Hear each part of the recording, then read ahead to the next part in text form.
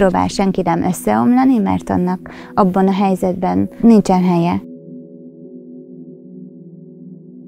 Egy közeli hozzátartozóm kapott egy olyan ítéletet, ami 2 év letöltendő börtönbüntetésre szólt, és a kisfiam akkor volt ilyen 1 éves, 1,5 éves körülbelül, és nyilván nem szerettem volna, hogy rákivetüljön ez az egész, csak ugyanakkor meg folyton ott van a fejemben az, hogy mi van az illetővel, aki a börtönben van, hiszen nagyon szeretem, és folyamatosan aggódunk mindannyian érte. Egyszerűen csak úgy rányomja az érzést a mindennapjainkra, minden percünkre ez az érzés, a bélyeget. És ugyanakkor, hogyha kicsit sikerül felszabadulni, akkor ez tök jó, de akkor meg tényleg ott van a lelkiismeret furdalás, hogy ajaj, most nem rá gondoltam, biztos, hogy jól van még? Az ismeretlenbe ugrasz bele, hogy nem lehet tudni, hogy mi vár ott bent a börtönben egy emberre. És amikor mi felvettük a Helsinkivel a kapcsolatot, akkor ez egy ilyen nagyon-nagyon megnyugtató dolog volt, hogy ha baj van, akkor is tudok kihez fordulni. Mert hogyha tudod, hogy van hova fordulni, akkor már sokkal könnyebb.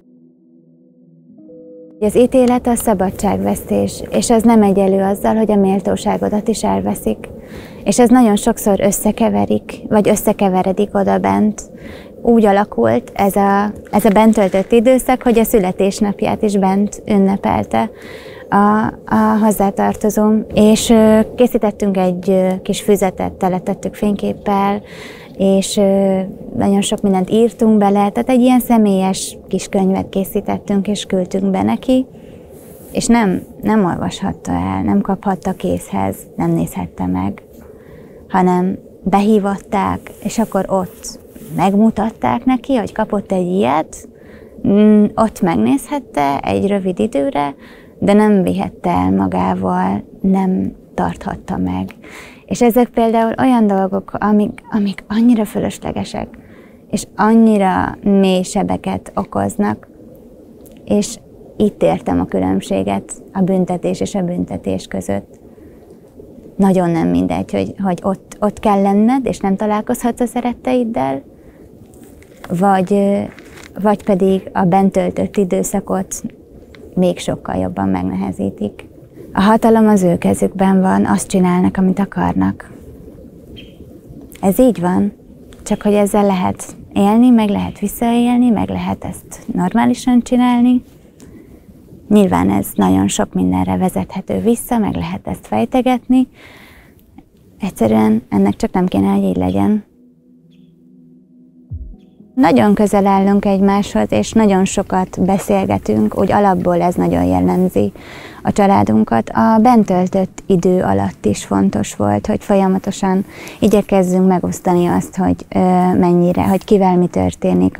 A körülményekhez képest lehető leginkább. Ebben az időszakban tanult meg a kisfiam járni, és ilyen iszonyú jó érzés volt, hogy felsétáltunk a Dunaparttól az otthonunkig, úgyhogy fogom a kezét, és tudom, hogy ez neki mennyit jelentett volna, hogyha hallhatja, vagy hogyha itt lehet, nyilván leginkább az. De hogy ha azonnal elmesélhetjük neki, és erre nem volt lehetőség. Ez vagy leírod levélben, vagy megvárod, még hív. Aztán persze a Covid idején a Skype jött még, ezekhez a kapcsolattartási lehetőségekhez pluszba, illetve mi egyszer voltunk beszélőn márciusban, akkor még akkor még lehetett látogatni, az volt az utolsó alkalom, és az első részünkről, hogy be lehetett menni, és azért az nagyon fontos szerintem, hogy személyesen tudtunk találkozni. A reintegráció egy nagyon szép szó, de gyakorlatban nem igazán támogatják a visszailleszkedésüket az embereknek a társadalomba. Tehát, hogyha fogvatartott voltál, akkor ez a stigma az örökre rajtad marad. Hibáznak az emberek, igen. Hibáznak az emberek, van, aki nagyobbat hibázik, van, aki kisebbet hibázik, van, aki törvénytelenségeket követ el, ilyen és olyan emberek is vannak. Vállalja érte mindenki a következményeit, de aztán utána legyen lehetősége tiszta lappal indulni az életben. És nincs. És ez szerintem hatalmas probléma. Sehova nem vezet.